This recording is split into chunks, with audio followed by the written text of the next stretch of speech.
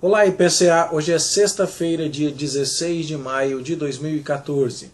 Estamos juntos há 649 dias lendo a Bíblia e hoje leremos os capítulos 10 a 12 do livro do profeta Isaías. Nós já lemos nos capítulos anteriores que a grande questão é que o povo precisa aprender a confiar em Deus. Acás não quer confiar em Deus, prefere confiar nos assírios. E Deus vai dizer a ele que os assírios, na verdade, serão um remédio amargo, porque Acás vai contratar os assírios para socorrê-lo, mas no final das contas descobrirá que os assírios irão envergonhá-lo. Deus vai disciplinar uma nação que se recusa a confiar nele, usando exatamente aquilo em que essa nação confiou no lugar de Deus, os assírios. Mas alguém poderia achar que tudo isso acontece por acaso ou sem que Deus estivesse controlando cada detalhe.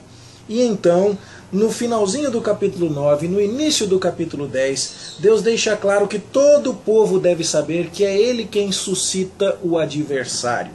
E no capítulo 10, a partir do verso 5, Deus se dirige por boca de Isaías aos assírios, dizendo: vocês são um cetro da minha ira. Vocês são um instrumento nas minhas mãos, mas vocês não acham assim.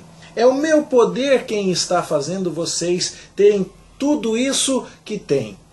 Conseguirem tudo isso que têm conseguido, mas vocês não conseguem enxergar assim. Vocês acham que atropelam as nações pelo seu próprio poder. Mas assim que eu houver acabado a minha obra com relação ao meu povo, eu vou castigar a arrogância do coração de vocês. Porque vocês pensam que fizeram isso com o poder de suas próprias mãos, mas o machado não tem o direito de se gloriar contra aquele que com ele corta.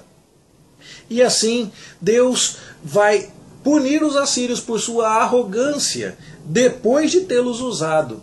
É lógico que isso aqui faz, sem dúvida nenhuma, levantar uma pergunta importante.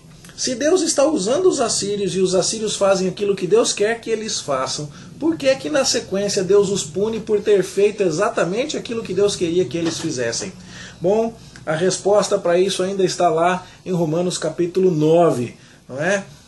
Quem és tu, ó homem, para discutires com Deus? Ainda estamos falando aqui daquele dilema de Deus que usa todas as pessoas e todas as coisas no mundo para a sua própria glória.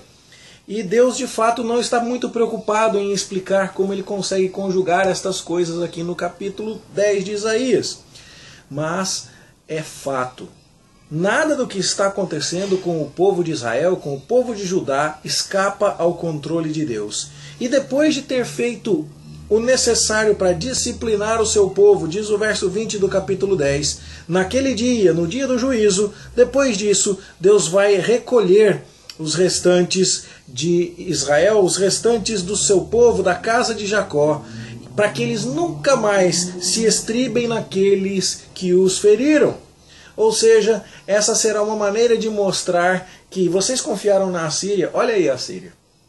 É desse povo que vocês queriam ajuda, vocês deveriam, desde o começo, ter se voltado para mim.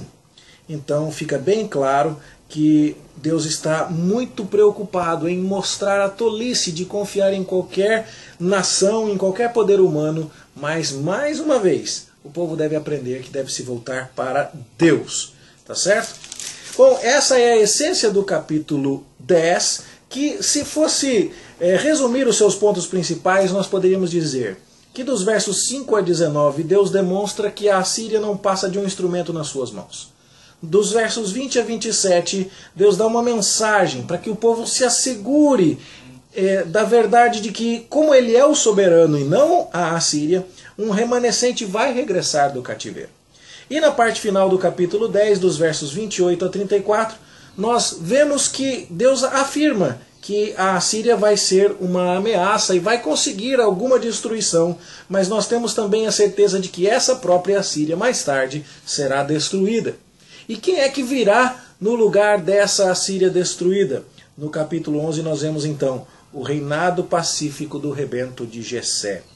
Ou seja, a Síria vai cortar Israel e vai deixar só um toco. É aquilo que a gente lê lá no capítulo 6. A Babilônia vai fazer um pouco mais desse serviço também mais tarde. Mas do tronco de Jessé vai sair um rebento. E nós sabemos aqui que falamos do Messias.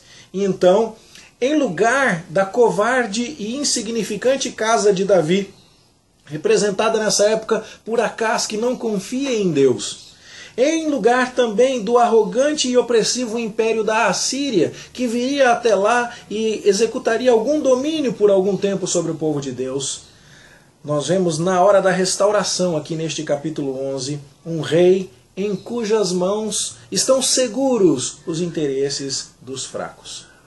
Ou seja, há um povo que pertence ao Senhor e que vai ser muito bem governado, de maneira muito melhor do que podem fazê-lo Acás ou Senaqueribe ou qualquer outro rei assírio. Não como a tímida, covarde e incrédula casa de Davi, não como o opressivo e cruel imperador assírio, o Messias, que vem do tronco de Jessé, vai governar com capacidade, cheio do Espírito Santo, vai governar com justiça, como dizem os versos 4 em diante. Ele vai trazer segurança para o seu povo, de tal forma que a descrição dessa segurança atinge até mesmo a natureza e os animais, como nós vemos a partir do verso 6. E ele então promoverá uma plena restauração para o povo de Israel. Sempre você vê aqui versos 10, verso 11 do capítulo 11, naquele dia, haverá restauração pelo governo capaz, competente do Messias. E você já viu que Isaías veio falando desse Messias. Ele falou do maravilhoso conselheiro, Deus forte, Pai da eternidade, lá no capítulo 9. E então você percebe que esse Messias será capaz de governar o povo de um jeito que Acás não foi, que a casa de Davi não foi, e que os assírios fariam exatamente o contrário em sua opressão. Não, o Messias é poderoso, ele é forte, ele controla tudo, inclusive os assírios, e ele não oprime, porque como bom governante capaz que é, ele tem o poder para dar o destino desejado aos seus governados. Ele governa bem, ele governa com amor, ele governa com justiça. Ele restaura tudo, e isso se espelha inclusive na natureza, como nós vemos nos versos 6 e seguintes do capítulo 11. A partir do verso 11 do capítulo 11, nós vemos então que o povo vai ser reunido novamente, que o povo vai ser testemunha da destruição que Deus impingirá aos seus inimigos.